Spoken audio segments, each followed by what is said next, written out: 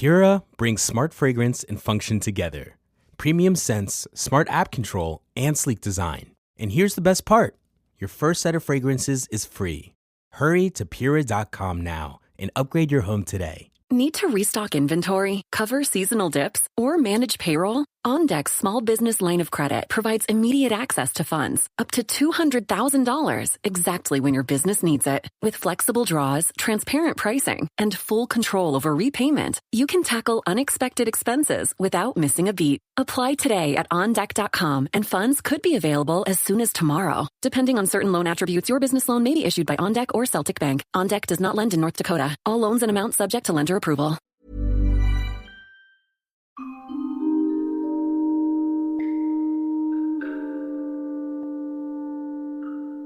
Welcome to Lit Reading. I'm Don McDonald. The lure of an illicit affair is not a new facet of human nature. People have been both tempting and tempted throughout time. But for a sudden twist of fate, our next story might have ended badly for everyone involved. Here is The Log by Guy de Maupassant.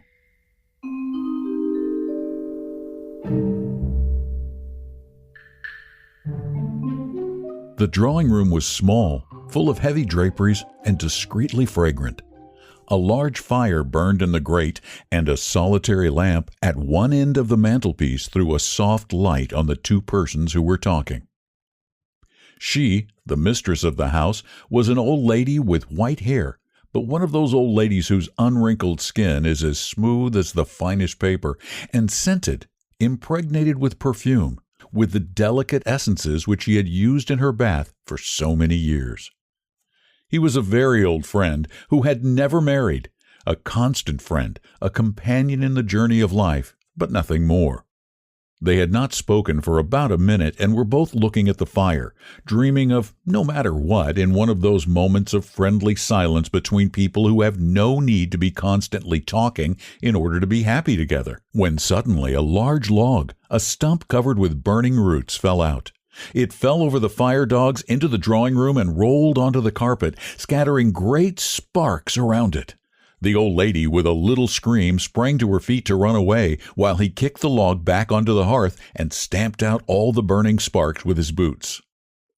When the disaster was remedied, there was a strong smell of burning, and sitting down opposite to his friend, the man looked at her with a smile and said, as he pointed to the log, "That is the reason why I never married."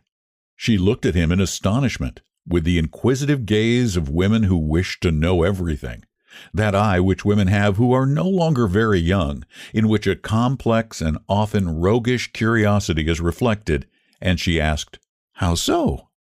"Oh, it is a long story," he replied, "a rather sad and unpleasant story. My old friends were often surprised at the coldness which suddenly sprang up between one of my best friends, whose Christian name was Julian, and myself. They could not understand how two such intimate and inseparable friends as we had been could suddenly become almost strangers to one another. And I will tell you the reason of it. He and I used to live together at one time. We were never apart, and the friendship that united us seemed so strong that nothing could break it. One evening when he came home, he told me that he was going to get married, and it gave me a shock as if he had robbed me or betrayed me. When a man marries, it is all over between them. The jealous affection of a woman, that suspicious, uneasy, and carnal affection, will not tolerate the sturdy and frank attachment, that attachment of the mind, of the heart, and that mutual confidence which exists between two men. You see, however great the love may be that unites them, a man and a woman are always strangers in mind and intellect. They remain belligerents. They belong to different races. There must always be a conqueror and a conquered, a master and a slave, now the one, now the other. They are never two equals. They press each other's hands, those hands trembling with amorous passion, but they never press them with a long, strong, loyal pressure, with that pressure which seems to open hearts and to lay them bare in a burst of sincere, strong, manly affection. Philosophers of old, instead of marrying and procreating as a consolation for their old-age children who would abandon them, sought for a good, reliable friend and grew old with him in that communion of thought which can only exist between men. Well, my friend Julian married. His wife was pretty, charming, a little curly-haired blonde, plump and lively, who seemed to worship him. At first I went but rarely to their house, feeling myself de trop. But somehow they attracted me to their home. They were constantly inviting me and seemed very fond of me. Consequently, by degrees, I allowed myself to be allured by the charm of their life. I often dined with them, and frequently when I returned home at night, thought I would do as he had done and get married, as my empty house now seemed very dull. They appeared to be very much in love, and were never apart. Well, one evening, Julian wrote and asked me to go to dinner, and I naturally went. "My dear fellow," he said, "I must go out directly afterward on business, and I shall not be back until 11 o'clock. But I shall be back at 11 precisely, and I reckon on you to keep Bertha company." The young woman smiled. "It was my idea," she said, "to send for you." I held out my hand to her. "You were as nice as ever," I said, and I felt a long, friendly pressure on my fingers, but paid no attention to it. So we sat down to dinner, and at 8 o'clock Julian went out.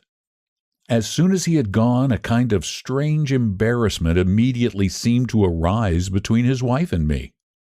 We had never been alone together yet, and in spite of our daily increasing intimacy, this tête-à-tête placed us in a new position. At first I spoke vaguely of those indifferent matters with which one fills up an embarrassing silence. But she did not reply, and remained opposite to me with her head down in an undecided manner, as if she were thinking over some difficult subject, and as I was at a loss for small talk, I held my tongue. It is surprising how hard it is at times to find anything to say. And then also, I felt something in the air, something I could not express. One of those mysterious premonitions that warn of another person's secret intentions in regard to yourself, whether they be good or evil. That painful silence lasted some time, and then Bertha said to me, "Will you kindly put a log on the fire, for it is going out?" So I opened the box where the wood was kept, which was placed just where yours is, took out the largest log and put it on top of the others, which were 3 parts burned, and then silence again reigned in the room. In a few minutes the log was burning so brightly that it scorched our faces, and the young woman raised her eyes to mine, eyes that had a strange look to me.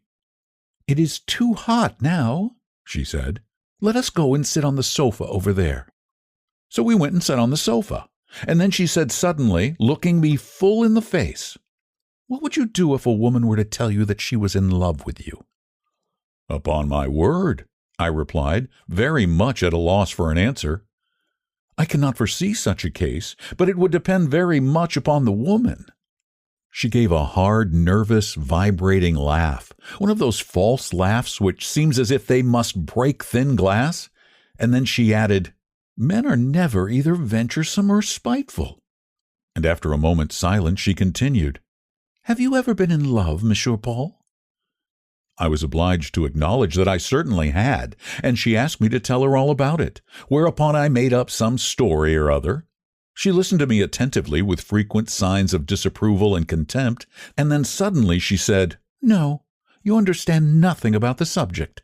It seems to me that real love must unsettle the mind, upset the nerves, and distract the head, that it must, how shall I express it, be dangerous, even terrible, almost criminal and sacrilegious, that it must be a kind of treason. I mean to say that it is bound to break laws, fraternal bonds, sacred obligations. When love is tranquil, easy, lawful, and without dangers, is it really love?" I did not know what answer to give her, and I made this philosophical reflection to myself. "O female brain, here indeed you show yourself." While speaking, she had assumed a demure, saintly air, and resting on the cushion, she stretched herself out at full length, with her head on my shoulder, and her dress pulled up a little, so as to show her red stockings, which the firelight made look still brighter. In a minute or two, she continued, "I suppose I have frightened you?" I protested against such a notion, and she leaned against my breast altogether, and without looking at me, she said, "If I were to tell you that I love you, what would you do?" And before I could think of an answer, she had thrown her arms around my neck and had quickly drawn my head down and put her lips to mine. Oh, dear friend, I can tell you that I did not feel at all happy. What? Deceive Julian? Become the lover of this little, silly, wrong-headed, deceitful woman who was no doubt terribly sensual and whom her husband no longer satisfied? To betray him continually, to deceive him, to play at being in love merely because I was attracted by forbidden fruit, by the danger incurred and the friendship betrayed. No, that did not suit me. But what was I to do? To imitate Joseph would be acting a very stupid and, moreover, difficult part, for this woman was enchanting in her perfidy, inflamed by audacity, palpitating and excited. Let the man who has never felt on his lips the warm kiss of a woman who is ready to give herself to him throw the first stone at me. Well, a minute more. You understand what I mean. A minute more, and I should have been... No, she would have been... I beg your pardon, he would have been, when a loud noise made us both jump up. The log had fallen into the room, knocking over the fire irons and the fender, and onto the carpet, which it had scorched, and had rolled under an armchair, which it would certainly set alight. I jumped up like a madman, and as I was replacing on the fire the log which had saved me, the door opened hastily, and Julian came in. "I am free," he said with evident pleasure. "The business was over 2 hours sooner than I expected." Yes, my dear friend, without that log, I should have been caught in the very act, and you know what the consequences would have been. You may be sure that I took good care never to be found in a similar situation again. Never, never. Soon afterward, I saw that Julian was giving me the cold shoulder, as they say. His wife was evidently undermining our friendship. By degrees, he got rid of me, and we have altogether ceased to meet. I never married, which ought not to surprise you, I think.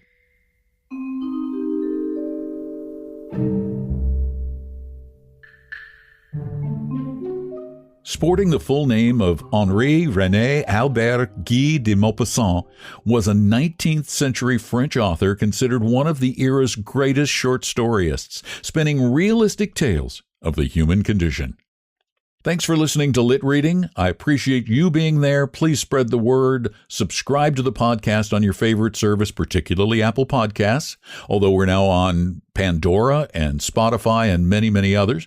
And if you get a chance, please leave a review at Apple Podcasts. Those help make this whole process all the more worthwhile. Thanks for listening to Lit Reading.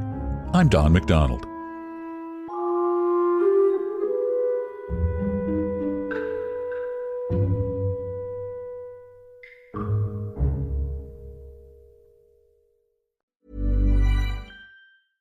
Pura brings smart fragrance and function together.